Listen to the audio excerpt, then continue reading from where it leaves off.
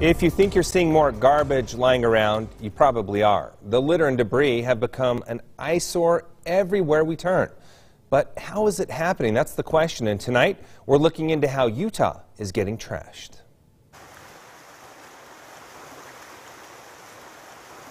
Beautiful views are all around in Utah.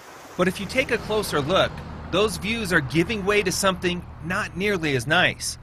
Garbage is taking over piece by piece. Littering is not a problem that's exclusive to Utah. We have this issue that happens all across the U.S. Utah's trash problem has created dangerous issues on Utah roads. Last year in 2021, we had over 29,300 debris calls. So there could be some exceptions to that where we have multiple officers on one call logging that. The debris causing 2 deaths just this year. These are very dangerous situations where these are causing injuries, these are causing fatalities that we've seen even within the last few months. Over the last few years, according to UDOT, there have been 1,800 to 2,000 accidents caused each year by road debris.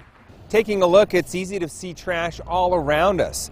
The question is, how did it get here? And the answer to that is complex, but it starts with all of us. We're literally leaking trash. I think there are a lot of good intentions. I don't think anybody sets out with the idea that they're going to litter or drop something on the road. 3.2 million people live in Utah, and each of us throw stuff away every day. A lot of garbage doesn't always make it to the landfill. The leaks can start in our very own homes. If you have an overfilled can, windy days or not windy days, the lids aren't completely closed. Sometimes as soon as that driver's going and trying to service the can, as it's lifting, trash will spill out. The wind making it worse.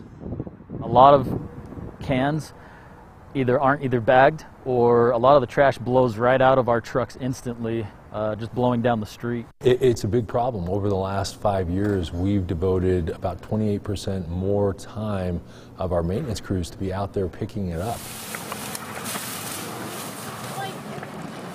Garbage and debris on Utah roads costing UDOT $2.5 million a year.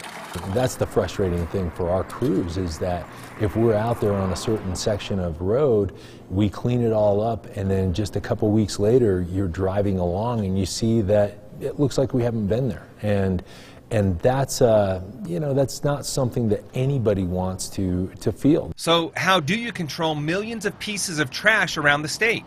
We start by becoming aware of our leaks.